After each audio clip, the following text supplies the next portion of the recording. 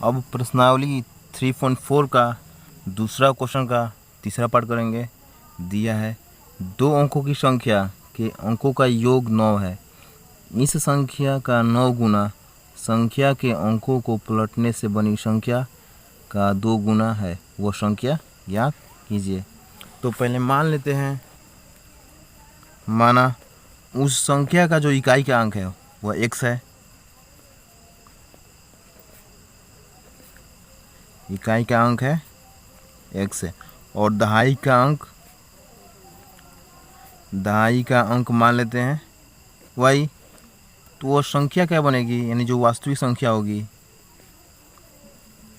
वास्तविक संख्या वो बन जाएगी 10y प्लस x। और दिया है 2 अंकों की संख्या के अंकों का योग 9 है। इस संख्या का 9 गुना इस संख्या के अंकों को पलटने से बनी, यानी पलटने से बनी संख्या लिखते हैं, पलटने से बनी संख्या।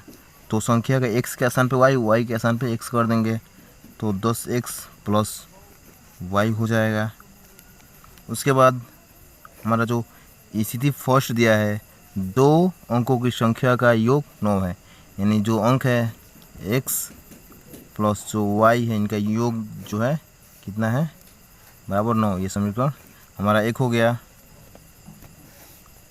उसके बाद बोल रहा है कि इसका सेकेंड स्थिति है, इस संख्या का 9 गुना, जो वास्तविक संख्या है इसका 9 गुना, यानी 9 गुना 9 10y प्लस x हो जाएगा, बराबर संख्या के अंकों को पलटने वाली बनी संख्या का 2 गुना, संख्या के अंकों को पलटने से बनी संख्या का 2 गुना। जो ये संख्या मैंने पलटा है इसका 2 गुना बोल रहा है, यानी 10x प्लस y। अब इसको हल करेंगे, यहाँ से 9 में 90 y प्लस 9x, यहाँ से हो जाएगा 10 दूना का 20x प्लस 2y। तो y को इधर कर लेंगे, यानी होगा 90y माइनस 2y। 9 को इधर कर लेंगे, 20x माइनस 9x। तो यहाँ से 90 में से 2 गया, यहाँ बचा 98, 88 बचा, 88y बराबर, यहाँ 20 में 9 गया 11x, यानी 11 कम 11, 11 9 11 88, यानी जो 8y बराबर हो गया क्या, x। इसको समीकरण 2 मान लेते हैं। अब समीकरण 2 का मान समीकरण 1 में रख देंगे, समीकरण 2 का मान समीकरण 1 में रखने पर, तो रखते हैं यहाँ पे x बराबर है 8y, यहाँ पे रख देंगे, यहाँ पे 8y हो गया प्लस y बराबर 9, यहाँ से 10 9y बराबर हो जाएगा 9, यानी y बराबर हो गया 9/9, यानी 1, यानी y की वैल्यू आ गई 1। अब y का मान हम समीकरण 2 में रख देते हैं,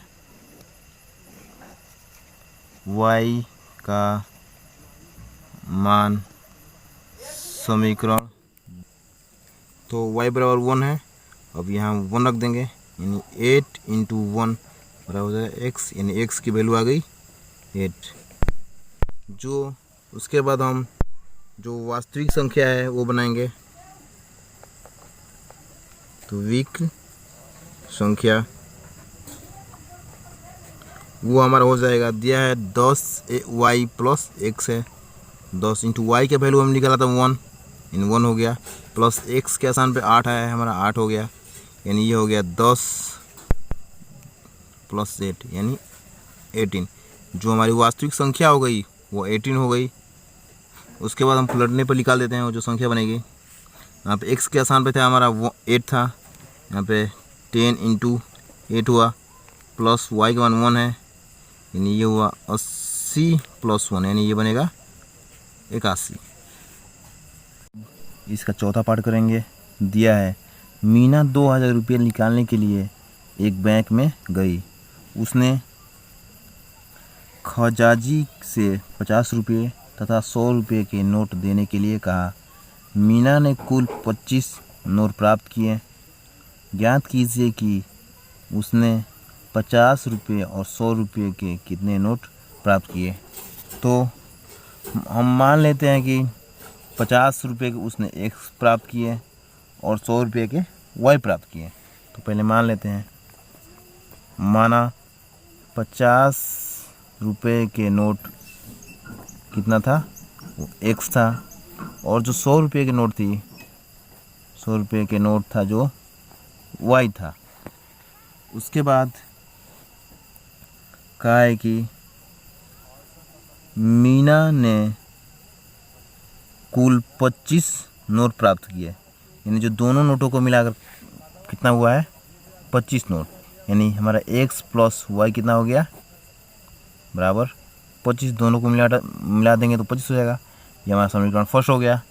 उसके बाद बोला है कि मीना 2000 निकालने के लिए गई, यानी जो 50 का नोट है और जो 100 का नोट है, जो सबको जोड़ देंगे तो हो जाएगा 2000 रुपये। यानी तो इस स्थिति सेकेंड से हो जाएगा, यानी जो 50 का नोट है वो x है, यानी x into 50 into x, plus और जो 100 का नोट है वो y है, यानी 100 इंटू वाई। जो इन दोनों को जो जोड़ देंगे, यानी टोटल जो रुपये हो जाएगा वो कितना है, 2000 रुपये है। यानी ये हो गया 50x प्लस 100y बराबर कितना होगा, 2000 रुपये। इसको समय इक्वेशन 2 मान लेते हैं। अब इक्वेशन जो फर्स्ट है उसमें 50 से मल्टीप्लाई कर देंगे तो ये दोनों वैल्यू सेम हो जाएगी, तो ये कट जाएगा। तो यहाँ करते हैं, समीकरण 1 में 50 से गुणा करने पर, तो करते हैं, यहाँ 50 x हो जाएगा, यहाँ 50 y बराबर, यहाँ 50 से 25 से मल्टीप्लाई करेंगे तो 25 5 125 हो जाएगा। ये इसको समीकरण 3 मान लेते हैं। अब समीकरण 2 तथा 3 को घटाने पर, समीकरण 2 तथा 3 को घटाने पर, तो घटाते हैं, यहाँ 50x plus 50x plus 100y बराबर हो जाएगा 2000। यहाँ पे होगा 50x प्लस 50y बराबर हो जाएगा 1250। तो घटाते हैं, यहाँ प्लस है तो माइनस हो जाएगा, यहाँ प्लस है तो माइनस, यहाँ प्लस है तो माइनस। तो ये ख़त्म हो गया। यहाँ 100 में से 50 घटा, 50y बराबर, यहाँ 10 में से 0 गया 0, यहाँ बचा 9, 9 में से 5 गया 4, यहाँ बचा 9, 9 में 2 गया 7, इतना हो गया। उसके बाद यानी 10 में से 0 0, यहाँ 10 में से 5 गया, यहाँ मिस हो गया 0 का 0, यहाँ 10 में से 5 गया 5, यहाँ 9 में से 2 गया 7, ख़त्म। यानी y बराबर हमारा हो जाएगा 750/50, यानी ये 0 0 कट गया, यहाँ 15 5 75, यानी y का वैल्यू जो हो गया 15। अब y का मान समीकरण 1 या 2 में रख देते हैं। तो y का मान समीकरण 1 में रखने पर y का मान समीकरण 1 में रखने पर, यानी y का मान समीकरण 1 में रखने पर, तो रखते हैं, यहाँ से x प्लस, यहाँ पर y का स्थान 15 है, यहाँ 15 रख देंगे बराबर 25 हो जाएगा। यहाँ से x बराबर हो गया, इधर घटा देंगे 25 माइनस 15, तो ये हमारा हो गया 25 में से 15 घटा तो बचा हुआ 10। यानी जो हमारा जो 50 के नोट हो गए वो 10 थे, और जो 100 के नोट थे वो कितने थे, 15 थे। अब इसका 5वां पार्ट दिया है, किराए पर पुस्तकें देने वाले किसी किंजी पुस्तकालय का प्रथम 3 दिनों का एक नियत किराया है तथा उसके बाद प्रत्येक अतिरिक्त दिन का किराया अलग है।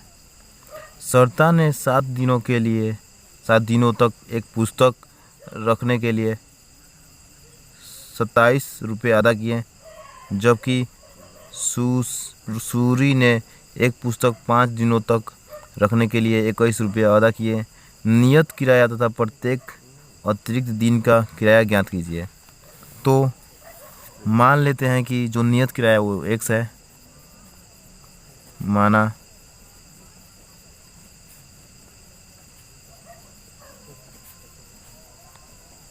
नियत किराया जो है वो x है।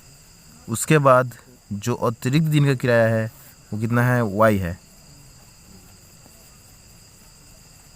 अतिरिक्त दिन का किराया वो है y है। तो उसके बाद जो तो पहली स्थिति के अनुसार दिया है, शर्ता ने 7 दिनों तक एक पुस्तक रखने के लिए 27 रुपये अदा किए। तो जो 7 दिन का जो नियत किराया होगा वो मतलब x होगा, जो नियत किराया वो x है, और जो 7 दिन का जो अलग से होगा वो 7y बराबर कितना हो जाएगा, 27। ये समीकरण फर्स्ट हो गया। उसके बाद दिया है, जबकि सुशी ने एक पुस्तक 5 दिनों तक रखने के लिए 21 रुपये अदा किया। उसी पुस्तक को रखने के लिए सुशी ने सेकेंड स्थिति के अनुसार 21 रुपये अदा किया है। जो नियत रुपया वो x है, और जो 5 दिन का रुपया है, जो अतिरिक्त दिन का किराया है, जो होगा 5y बराबर 21 रुपये। ये समीकरण 2 हो गया। अब समीकरण 1 और 2 को हल करके x और y की वैल्यू निकाल देंगे। तो समीकरण 1 या 2 को घटाने पर, समीकरण 1 तथा 2 को घटाने पर, तो घटाते हैं तो x प्लस 7y बराबर 21 है। x प्लस 5y बराबर ये 27 है, ये 21 है। तो घटाते हैं, प्लस माइनस, प्लस तो माइनस, यहाँ प्लस है तो माइनस, ये ख़त्म। 7 में से 5 गया 2y बराबर, यहाँ 7 में से 1 गया 6, ये ख़त्म। तो y बराबर होगा 6/2, ये हो जाएगा 3। यानी जो y की वैल्यू आ गई वो 3। अब y का मान समीकरण 1 या 2 में रख देते हैं। तो y का मान समीकरण 2 में रखने पर, तो रखते हैं x प्लस 5 इंटू वाई का मान 3 है बराबर 21 है। x प्लस 5 15 बराबर 21, x बराबर 21 माइनस 15 हो जाएगा। यहाँ से 21 में से 15 घटाओ बचा 6। जो x की वैल्यू हो गई वो 6, जो y की वैल्यू हो गई 3। यानी जो हमारा नियत किराया हो गया 6 रुपया, और जो उसके अतिरिक्त जो किराया ले रहा है दुकानदार वो हो गया 3 रुपया।